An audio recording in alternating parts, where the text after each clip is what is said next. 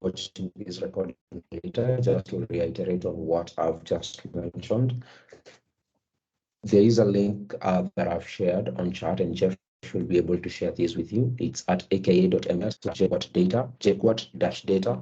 That should bring you to the Cloud Skills Challenge. So once you come to this page, just click on Join the Challenge. And once you join in the challenge, you should have a list of all the content that we are going to cover. Basically, we'll be covering around 11 LAN modules. And by the end of covering the 11 LAN modules, you should be well prepared to take the DP900 certification exam. So as long as you complete the Cloud Skills Challenge, should be able to provide you with the exam and the So to get started, we'll be covering these LAN modules in the next 4 weeks. So today we're going to cover the first part, which is the Microsoft Azure Data Fundamentals, to explore the core data concepts. I also understand you've already been able to set up your Azure accounts. You might not be able to do that today, but the next three weeks, when we'll be covering the relational data concepts and non-relational data concepts, and also data analytics, those will be practical sessions. I have a GitHub repo that has been set up. Then we'll be able to, they'll be actually hands-on, and will not spend much time on the LAN modules on the browser, but most of the time we'll spend working on a hands-on lab. And so it's good if you can be able to cover the LAN modules before we meet next week on Thursday, especially for the second one, so that once we come in, we just do the hands-on lab on Azure, and also I can be able to have time to answer questions as we progress. Now, so for today, we're just going to cover the fundamental of the key data concepts. And then next week, we'll be able to explore, then the next 3 weeks, we'll be able to explore the other content as it follows. So Microsoft Data Concepts, these are very short LAN modules. They're not very long LAN modules, which serve good for introduction. Now, let's start with the first one.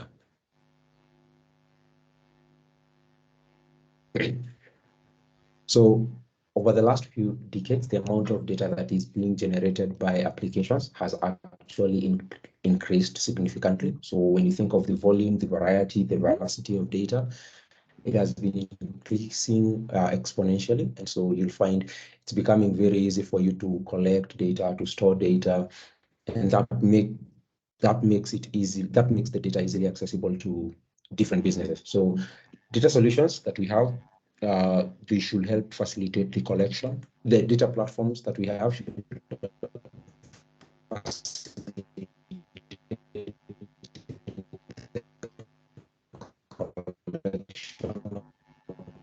data, the analysis of data, and also the storage of data. So those are the key components that we'll also be evaluating in this course. Is actually to cover maybe the transformation of data, how you deal with data once you've ingested it and brought in. Before you do analysis, you might need to do some transformations. We should be able to see how that as well happens as we progress in the next 3 weeks. So the capability to capture, store, and analyze data is critical for every organization in the world. And so in this module, we learn how to represent and store data, and also about typical data workloads. So some of the key learning objectives for this module are to identify common data formats. We identify also the options for storing data in files, options for storing data in databases, characteristics of transactional data processing solutions, and characteristics of analytical data processing solutions. If you can actually open this LAN module and we can progress together, that would be very, very helpful. Now, identify data formats, and also let me know whether the font is actually legible. Now, identifying data formats. So data is a collection of facts such as numbers. So I believe by now most of us can be able to define what data is. And data structures in which data is organized often represent entities that are important to an organization. And each entity has more than one attributes. And so you can be able to classify data as structured, semi-structured, or unstructured data. Just to have a look of what structured data is. So structured data is a data that actually adheres to a specific schema. So all the data all the data that you have has the same fields and properties. So, and you can be able to think that one of the ways to store this kind of data is in a tabular format. So in other words, you can be able to represent this data in a table. So for anyone who has some bit of background with maybe databases, these might be something you've encountered in the past. And so when you think of tabular data, basically what you have is you have a table. You have a table, for example, if you are representing customer data, you have a table called customer, and then you have different columns that represent the different properties. So for example, in this case, we have an ID, a first name, last name, an email, and an address. And then the different rows within that table, we represent the actual values of these different properties. And you can have different tabular representations for each tabular data representations depending on the different entities that you have. So structured data is often stored in a database in which multiple tables can reference one another using key values. We'll be able to explore this next week when we start exploring relational concepts. But basically, that's what you think of structured data. In this case, you have your data structured in tabular data entities. And if you have multiple tables, if you have different tables, like in this case, we have a customer table and we have a product table, these two tables can be able to be linked or referenced with each other with this key value. So like in this case, we have this property called ID, and here we have also another property called ID in the product. So using this particular key, using these key properties, we can be able to reference these two tables, and therefore we can be able to establish a relationship between the customer and the product tables. The other way you can be able to classify data apart from structured is semi-structured data. So semi-structured data, as the word suggests, you have some form of structure. So these data, they exist some form of structure. So, but it will also allow some variation between instances. Remember, for the first one, we've said it adheres to a specific schema. So like all the data has the same fields or it has the same properties, but in the semi-structured data, there is some sort of structure, but we also allow for some variation between the different entities, between the different instances or between the different items that are represented. We'll also be able to explore this in the future when we start talking about non-relational data. We'll really encounter or rather discuss in depth about semi-structured data. The other thing to note, a good example of semi-structured data or a common format for semi-structured data is JSON, which is the JavaScript object notation.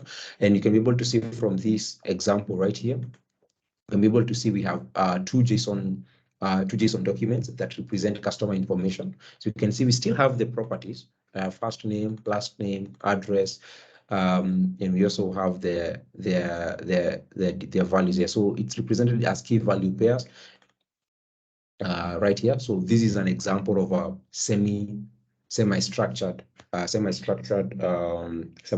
data.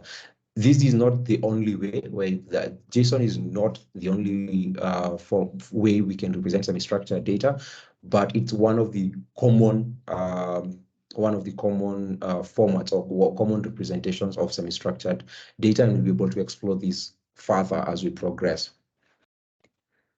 As I continue, if you have any question, I'm keeping an eye on the chat. Thanks, Jeff, for providing the resources.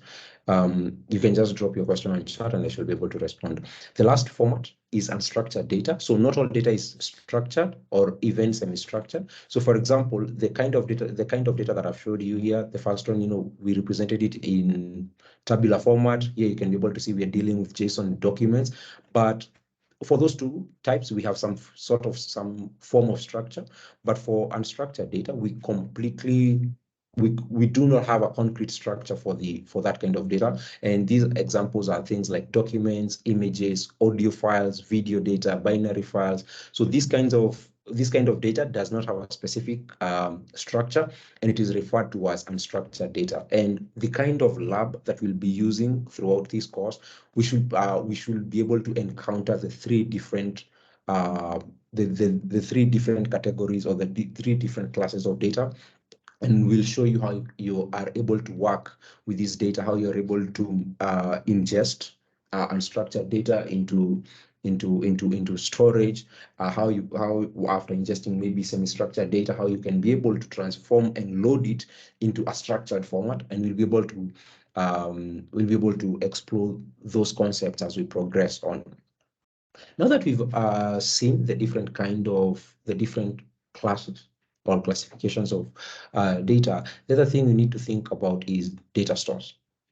Now, any organization needs to take into consideration that they might be dealing with all these different classes of data. So they need to figure out, how are we going to store structured data? How are we going to store semi-structured data? And also, how are we going to store unstructured data? So, for example, in the first case, think in a similar case, think of maybe a retail store. It's storing its customer data in the format of in tabular format, but as well they might be having things like images from their inventory for the different things they're selling. And so that unstructured data as well needs to go somewhere. So organizations need to have to think about their data stores depending on the kind of data they're thinking about. So they need to think about how they're going to store structured, semi-structured, and unstructured data, and how they can as well be able to retrieve that data for analysis and also for reporting. So there are two broad categories of data store. One are file stores and databases. So as you might infer from this, both of them store different kind of data, and we're going to explore these as we progress. So let's look at the first one, file storage. Yeah, just checking whether there is anything on chat so far. Okay, let's explore file storage. So the ability to store data in files is a core element of a computing system. So files can be stored in a local file system on the hard disk of your personal computer. There are different ways you can be able to store your files, whether it's in your local file system, or importantly, you can be able to centrally store them and then access them through some kind of a shared file storage. And we are seeing increasingly that having a central storage location on the cloud will enable a cost-effective and a secure way, and also a reliable way for the storage of large volumes of data, and because you can be able as well to share this data across your organization. So the file format used to store the data will depend on different things. One, the type of data you're storing. Is it structured, semi-structured, or unstructured? That is going to affect the file format you're going to store your data in. Also, the applications and services that will be reading, writing, and also processing your data. And also, the need for the files to be readable by humans or optimized for efficient file storage and processing. And you're going to see that as we progress. How, especially once we start doing our hands-on lab, we'll see how these two last key points influence the file format used to store your data on the cloud. Some common file formats, I know you might have encountered these different file formats. One, we have delimited text files. These are CSV. Examples are CSV files, which are comma separated values. So like, for example, you have your first name, last name, email here. This typically represents your properties or the fields for your data, and then all the other rows that fall beneath that represent the values, and these values are comma separated values. So we have, these are called delimited text files, and an example are CSVs. These are comma separated values. And we also have TSVs, which are tab separated values. So delimited text is a good choice for structured data. As you can see, this is also following a particular structure. So we are in this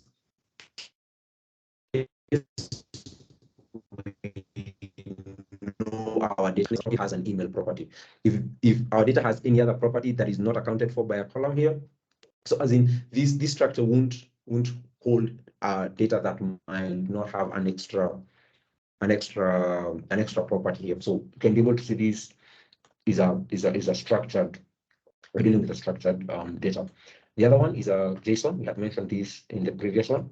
So this one is a format in which a hierarchical document schema is used to define entities or objects that have multiple attributes. So as I had mentioned previously, you just have key value pairs in a JSON document. So for example, you have your first name property and its associated value, last name property and its associated value. Progressing forward, the other one is an extensible markup language, or what is known as XML. So XML is a human readable data format. It's not often used, but still being used. It's less verbose than the JSON, than the JSON format. And as you can tell, this is also some form of semi-structured data. Then another, we might not encounter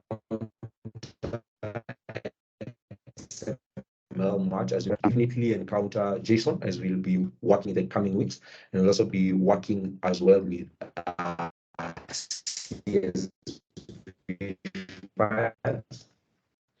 And the other thing is a blob. This one is talking about non-relational data, and also the storage.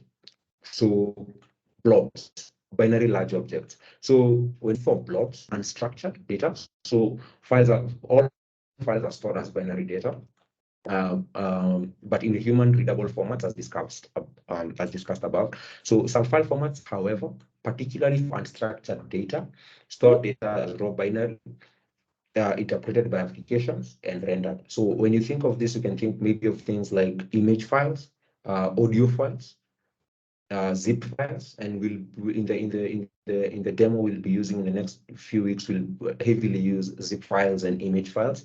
And so those are unstructured data, and the data is stored as raw binary, and this is only interpreted by the that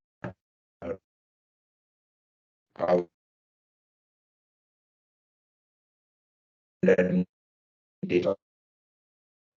The raw binary data is interpreted by the application that is reading or viewing or opening the image file. So when working with data like this, data professionals often refer to the data as data files as blobs, that is binary large objects, and we'll be able to see how we store this kind of data as well in the cloud. Then we have other optimized file formats.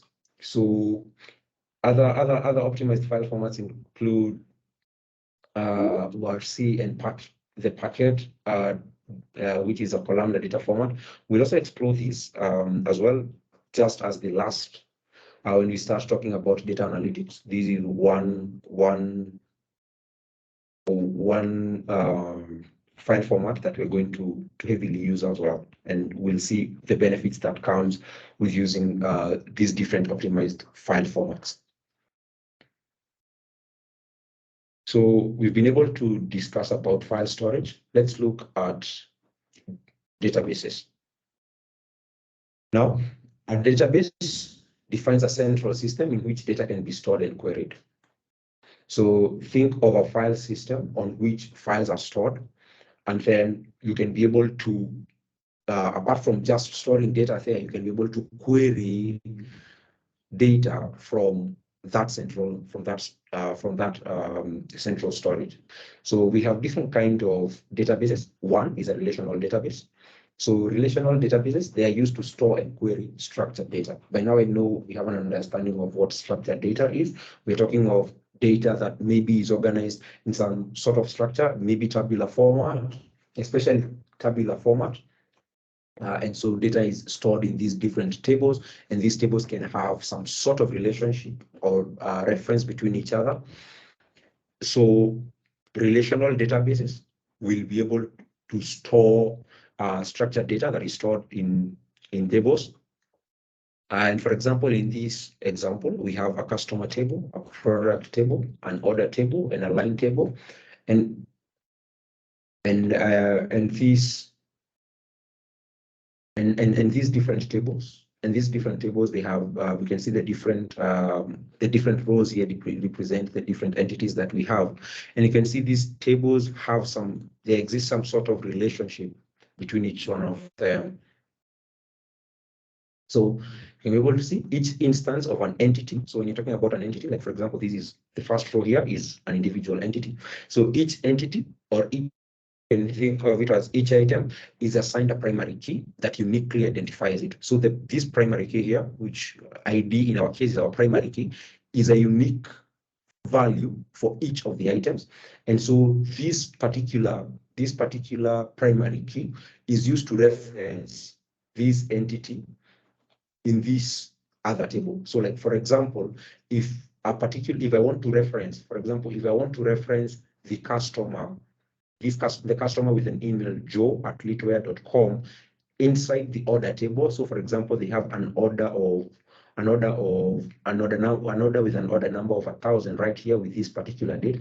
You can see we have a customer ID here, which now references the entity Joe from the customer table. So that's what happens with relational databases. You have an entity that is assigned a primary key that uniquely identifies it, and then you use this key to reference this entity instance in another table. So what you need to know is that this key needs to be unique, and so you cannot have a duplicate of this ID on another row. And we'll be able to see this in the next week once we start dealing with relational databases. Now on Azure, to manage and query these tables, we use the structured query language, or what is commonly referred to as SQL. And as you can guess, we leverage relational databases such as SQL. Such as the Azure SQL databases. Now, non-relational databases. These are databases that do not apply a relational schema to the data, and so they are often referred to as NoSQL. NoSQL relational databases we commonly use. One are key value databases, in which a record consists of a unique key and an associated value. So you have a unique key and an associated value. We also have document databases. So when you think of document databases, these are databases in which a specific form of key value database in which a key value database in which the value is a JSON document, as I had showed you in the previous page, in the previous segment. A document database basically has a similar structure to your JSON. And then the last one is column family database, which store tabular data comprising of rows and columns, but you can divide columns further into groups known as column families. We finally have also graph databases. Now here you store entities as nodes, which link to defined relationships between them. For this particular course, we'll be able to cover relational under non-relational databases. We'll be able to cover document databases in depth, and we'll also have a highlight of graph databases as we conclude. We check the chat whether we have any question so far. Does the format of data storage affect the amount of I believe it's the amount of storage it will occupy in a storage device? Yes. So depending on what file format you use, as described in the previous, it's definitely going to affect storage, and also it's also going to affect the performance in terms of how fast can you query. So that's why, if you remember, we talked about some optimized file formats that allow for even faster querying and optimized performance as well. And we'll be able to see this as we progress. So yes, the format definitely will affect the storage and the performance of your data solution. So the file format will affect. Okay. Exploring transactional data processing.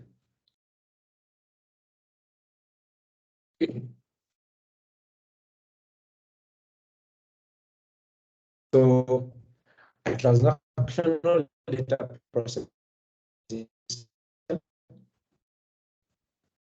is what most people consider the primary function of a business computing.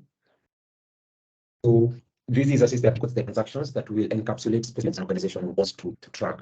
So transaction could be maybe financial, maybe like when you're moving money from account. It can also be maybe tracking the payment.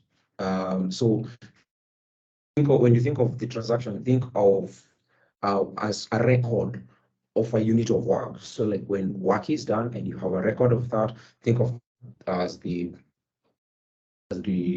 transaction. So transactional systems are often high volume, sometimes handling millions and millions of transactions in a day, and the data being processed has to be accessible very quickly. So the work performed by transactional systems is often referred to as online transactional processing. So OLTP. So OLTP solutions will rely on a database in which data storage is optimized for both read and write operations in order to support transactional workflow in which data is created, retrieved, updated, and deleted. Now, just to explain what that actually means, when you're thinking of your data solution, there are two things you have to think. One is storage, and the other one is querying. So for an OLTP solution, what is very, very critical for you is being able to read and write.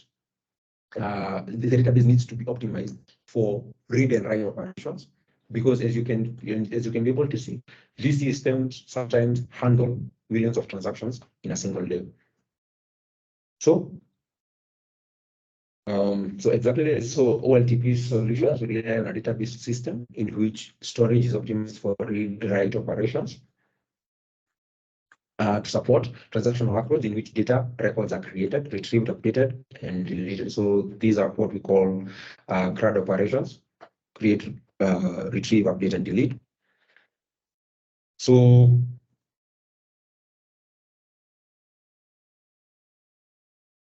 someone has a question on chat. Between SQL and NoSQL, which approach is better? One, it depends on your particular solution, or rather it depends on what you're trying to solve.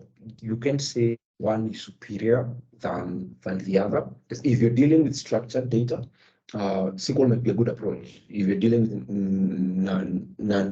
with semi-structured data or semi-structured data, NoSQL might be an approach. That's not the only governing principle as to whether you choose SQL or NoSQL. And I think we can be able to answer this question next week once we start building our first data solution using Azure SQL, and the following week once we start building our data solution, a NoSQL data solution, you might be able to understand at what point do I need to choose SQL and NoSQL. But in terms of superiority, I think it will actually boil down to the particular solution that you are implementing.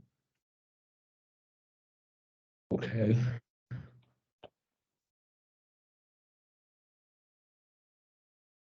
What is the difference between SQL and I lost the chart, just a minute.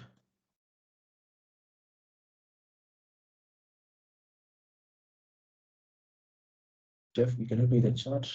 I think I might have lost the chart on my side with sharing screen. Someone or whoever asked the question about difference between something, and you can come off mute, and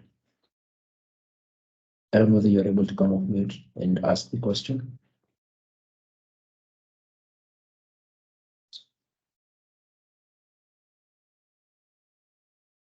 Someone had a question on difference between SQL and something else.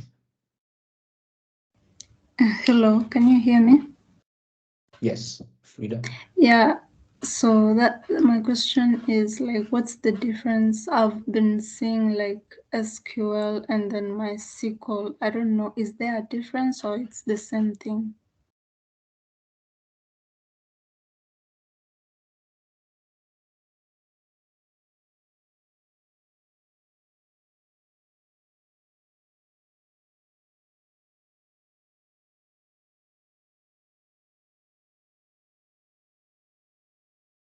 Okay. Um,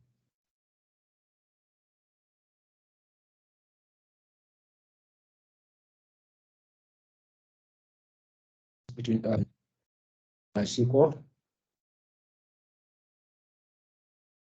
Can you hear me? Can someone hear me?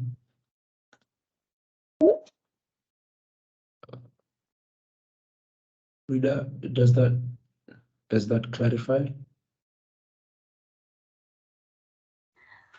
I didn't hear you. You were breaking. Okay. Okay.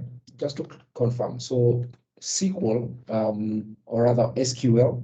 So SQL is a is a is a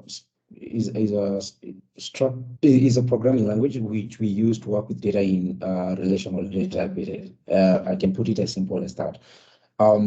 So when you think of SQL, think of it as the language that we'll be using, and you should be able to see these as we progress to work with data in a relational database. So we use it for querying data, but as well, we still have SQL databases. And also we have MySQL database. So MySQL database, basically it's a database, it's a database management system as well, but it uses a form of SQL to perform specific operations on the database. So if you have knowledge on the SQL language, you can be able to use SQL to perform operations on your MySQL database.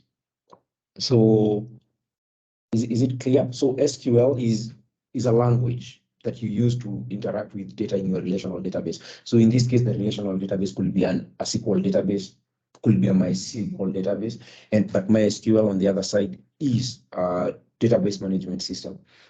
It's a relational database actually. Is it clear now? Yes, it's clear. Thank you.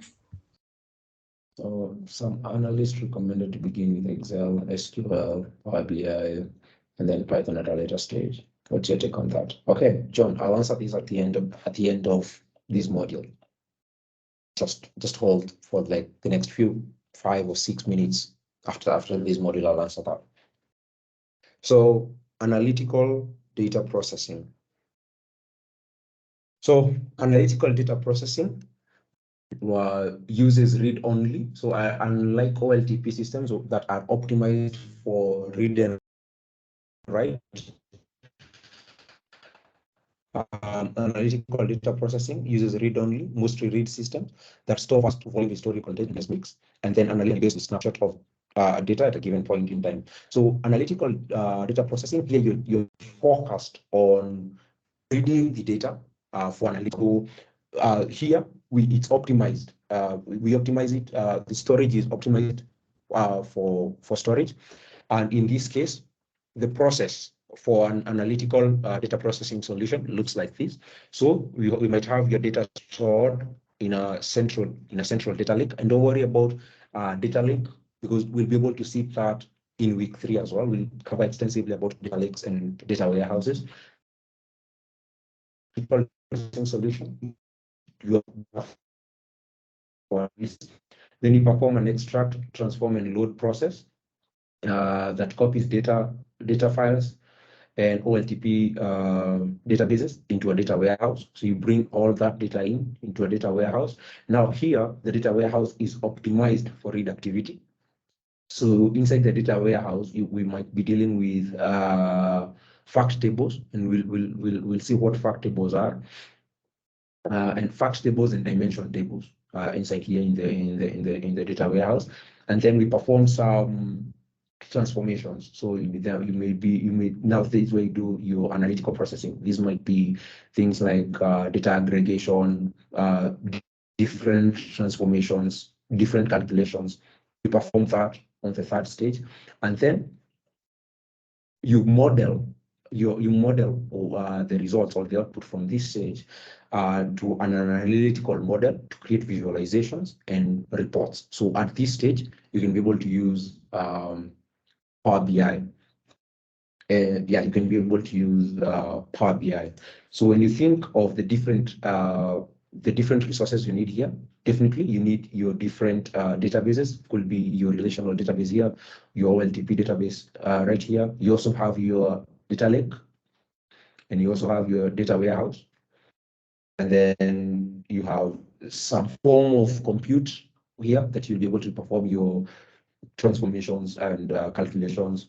And then you need somewhere you can be able to create your analytical models and your visualizations. So we'll be able to cover data lakes. So data lakes are large analytical processing scenarios where you have a large volume of file-based data where you collect, you store, and you also analyze. We use data lakes for that. You also have data warehouses. We look at these in depth as well. Yes, so this is by the end of this coursework in the next 3 weeks, we will actually build an end-to-end analytical data processing solution that will integrate. It might not integrate an OLTP database, but it's going to cover everything else on this type of the web. Now, the last part of this is a knowledge check, and I'll be relying on you to answer this. So we can start with the first question. We have around 6 minutes, and then I can get back to John's question. So, how is data in a relational table organized? How is data in a relational table organized? So you can be able to answer um, for the first one: rows and columns, headers and footers, pages and paragraphs. How is data in a relational table organized? Just help by, you can respond on chat.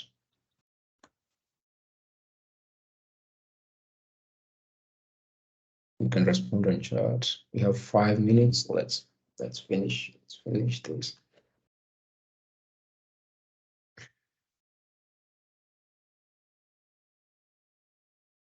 Well, it's rows and columns, rows and tables. I believe, Victor, you meant rows and columns. And Kanata, rows and columns. So seems like most people are saying rows and columns. Okay, let's do the second one. Which of the following is an example of unstructured data? This one you can respond with the first one being A, the second one being B, the third one being C. So which is an example of unstructured data? So an employee table with columns, employee ID, employee name, employee designation, audio and video files, a table within a relational database. Which of the following is an example of unstructured data? So I can see people saying B, B, D. So seems like it's between B and D.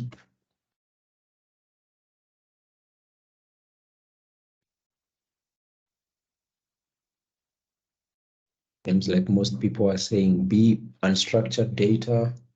B, okay, most people are saying B. We'll see the answers in a few. Okay. And then the last one, what is a data warehouse? I know I haven't talked about this in depth, but we've covered it lightly when talking of an analytical solution. So is it an unrelational database optimized for read-write, a relational database optimized for read, a storage location for data files? Which one is a data warehouse? Is it A, B, or C? Let's see. Hoping answers that come in after 7:56. Those ones, yes, someone is saying C, someone B, okay. Nkata C, Felix B. So seems here most people are between C and B. Okay. Let's see some few more answers coming in. Someone says A. Okay. All right, let's see. So the majority of people say B. I'm going to select B, and then we're going to see which answers are correct.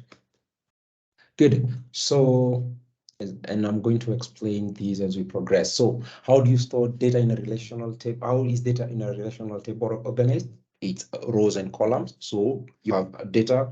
Structured data is typically stored in a tabular format. So it's represented by rows and columns. So the columns are fields of the properties of your data, and the different rows are the entities or the items within your data. So an example of unstructured data, correct? That's audio and video files. So an employee table with these columns that could be structured data, a table within a relational database that's also structured data. What is a data warehouse? A data warehouse is not an unrelational database. It's a relational database that is optimized for read operations.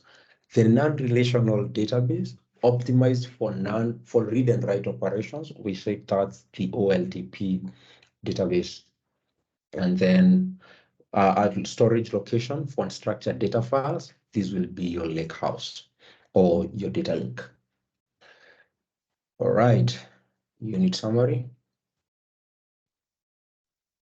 So we've already identified the common data formats and also the different options that we have for storing data. So we've seen relational databases, non-relational databases.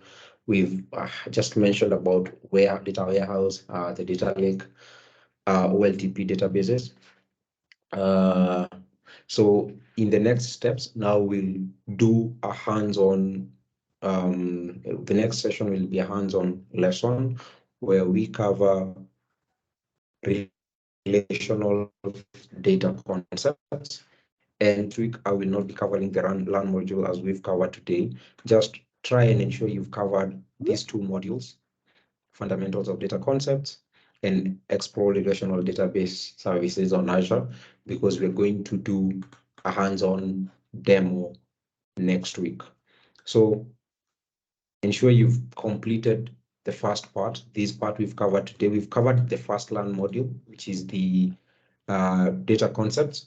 Then the next one is data roles and services. We covered these last week the previous week, not last week, the week before that, when I was in JQuat, we did cover the roles and services, but please just look at this once more. It might be helpful. Then, so just ensure you've covered, where is that? Just ensure you've covered the first two learning parts, the first one and the second one. And next week, we should be able to do a hands-on workshop. We should be able to do a hands-on workshop for the session. I mean, for relational databases. I can see some people have already registered. So I hope by next week, this will be 4 out of 9 from almost everyone having covered the 4 LAN modules. Now, back to John's question. I see we are on top of time. If you have any last questions, just drop it on chat. And let me stop sharing my screen and bring back my video. Stop. Bring back my video and answer